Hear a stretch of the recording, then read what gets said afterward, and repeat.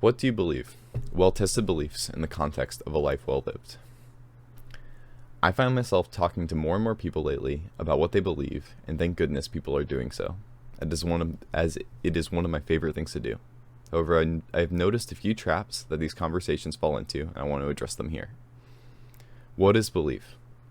Belief is often rightly associated with religious belief, but through this association, we find that many people have a malformed understanding of belief. When a modern materialist hears the word belief, they tend to push the concept towards the realm of opinion and other unreliable sources of knowledge. To many, the scientific method is the only route to knowledge. However, the most fundamental axioms that any human lives by are not scientific by any means. The absolute skeptic is familiar with this more than anyone else. He knows that just because the sun has risen every day, it does not necessarily mean that it will rise tomorrow. This skeptic doesn't even take their self as an absolute. They may just be a simulation in a grand machine tasked with harvesting resources from real human beings. These skeptics are the true non-believers. They don't have faith in anything. Some may say that their standards are too high and that absolute certainty is not livable, and this is exactly my point. Even the most ardent scientific materialist is a believer in the scientific method and refuses to question the dogma of science. Belief can be irrational or rational.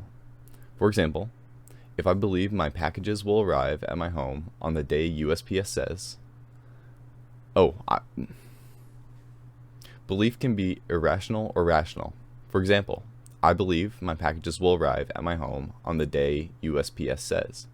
If USPS has a history of being very punctual, it would be fair to say that this is rational. Whereas if the USPS tends to hold on to my packages for an extra week, we can agree that the expectation for on-time arrival is irrational. It is important to note that rational beliefs are not always true, and irrational beliefs may be true. If someone has grown up in a place where dogs only had white fur, I would not blame them for thinking that all dogs were that way. But this belief is misplaced, and they would be surprised to see my dog in all her dark-furred glory. Here, the stakes are low, but it can be easy to see how a similar principle can affect the most base assumptions we make about ourselves and the cosmos. Belief is what you trust in. I can believe, or put my faith, in many things. I can believe that there is a God. I can believe that I cannot know if there is a God or not. I can believe that I was born of a virgin. I can believe that Jeff Bezos has targeted me and is sending messages directly into my brain via men wearing blue ties. Only a couple of these are contradictory. And as a general rule, beliefs are not contradictory. But Noah, you may say, I run into people who have cognitive dissonance all the time. And I will get to that. But I think it is fair to say that any well-constructed belief system is not contradictory, and a system that is usually not livable.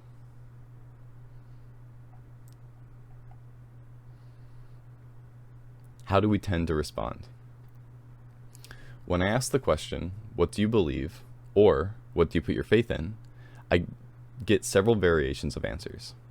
The first of which is those who say that they do not have a belief in anything, and I end up giving them a speech that looks something like the section above. After which, we have a thorough discussion of the nature of belief, or they are revealed to be an absolute skeptic, and then the conversation ceases due to lack of mutual interest. The second response I may hear is a referral to a document or creed. This answer is sometimes productive, but often leads to more questions. I still do not understand what people mean when they say that they believe in the Bible. Even as a Christian, the answer is confusing to me as someone saying that they believe in Shakespeare or Darwin. Here, I'm not picking at those who make the statement about a document like, I believe in the worldview espoused by Polonius as he was written by the bard, or I believe in the inspiration of the Holy Scriptures. Here, you could be talking about any Holy Scriptures. These statements are far more complex and nuanced compared to the shallowness of stating that you believe in a book, no matter how inspired it is. The times when this is most useful is when one points to a creed, such as the Apostles' Creed. But here, I see a continual problem. Often, we are not getting what a person actually believes, but something like what they aspire to believe, or what they think they're supposed to believe. I will treat this in the next section. But the short of this is that belief is not just in the mind, but it is a lot more than that. Lastly, I might also get an accurate self-summary that gives a fantastic insight into what drives this person to live life every day. Often, this unsurprisingly looks like a creed, but I'm often more inclined to believe that people have thought through their beliefs when they can put everything into their own words. When this happens, it becomes personal to them. They might take inspiration from any source, but the responsibility now falls on them instead of the original author. When one points to a creed as an articulation of belief, there is little accountability. If I were to point out a problem with this creed, one could easily abandon the creed on the grounds that it was somebody else's. Priority and practical living. Here is where I want to get into the meat of the issue. It's all well and good to state what your beliefs are, but this is not just all in your mind. Beliefs are lived out. They are embodied. The question that follows is, what beliefs follow from the way you live? You can say that it is important to care for the poor, but if you don't do anything about it, then do you care that much? I see people too often advocate for a cause without any practical action. I've personally been told in the past that my actions to support a cause are secondary to voicing my support, and this is entirely backwards. The truth of lived experience is too often ignored. I cannot count the number of nihilists I have met who act like bad Protestant capitalist moralists. My call is for authenticity.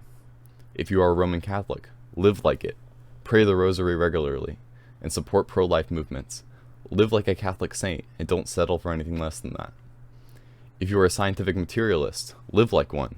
Don't sit idly as the common person talks about ghosts and zodiac signs. What is the role of grace in scientific materialism? Scientific truth is to be held as the most important principle, so live like you say you do. Because chances are you are settling for a heavily influenced form of whatever you are. If you are an American, chances are your worldview is expressly Protestant, usually in a very twisted way. Take note of where you are and make movements to reach the ideal that you are drawn to. Find out if this way of life works. If you live like a Stoic for a couple of months and find that was not enough, then now you know, and now you are at least one step closer to finding the truth. Let's stop being complacent, living like just a member of our society, but pursuing the good life with all our being. Now I'm obligated to ask you to start with emulating Jesus Christ, as I'd be a hypocrite to write all this without calling you to the life of Jesus. Read the Gospel of Mark and consider the life that Jesus is calling you towards. Leave your previous conceptions of Christianity at the door and truly listen uncritically at first. After reading, I'm sure you will see that by far most Christians do not reflect this view of Christ, and I will wholeheartedly agree. This is the entire point I'm trying to make. Live your beliefs out fully and continually reflect on the ideal that you set forward and make changes to draw yourself closer. All of this causes me to remember when my father asked me to write a statement of faith, and it's just now I realize why he asked me to do it. Why he asked me to do this seemingly random task. So this is my request to you. Write a statement of faith or belief and think critically about it. Where are you right now and where do you want to be? Having a goal in mind is not wrong, but you should also have an accurate assessment of where you are right now. Recognize what influences you have on your life and determine if you are rightly prioritizing your attention, time, and resources.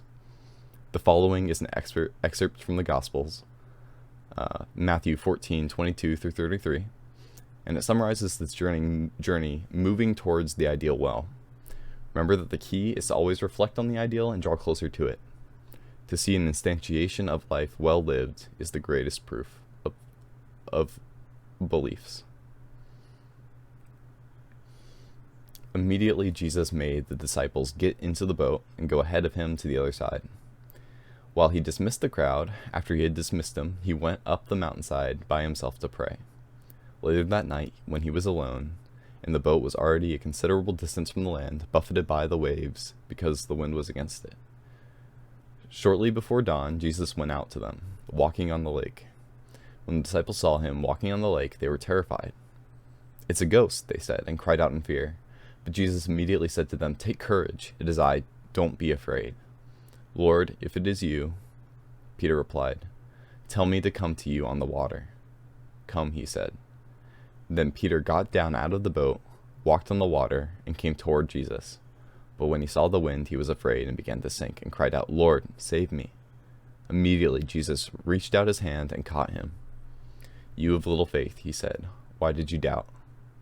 And when they climbed into the boat, the wind died down, and those who were in the boat worshipped him, saying, "Truly, you are the Son of God." Thank you for listening. Hello. This is my blog, in case none of you have seen it. I've been trying to post here more often, but I kind of wanted to mesh the YouTube side and the blog together. So I'm going to work on kind of finding ways to do so. But one of my ways was doing like an audio version of some of these posts. So right now I'm going to start with a post I made about a week ago called "What Do You Believe?" And maybe you'll see more. I'm thinking about trying to do an editing process where I'm reading and kind of thinking aloud about these ideas, but we'll see how this goes.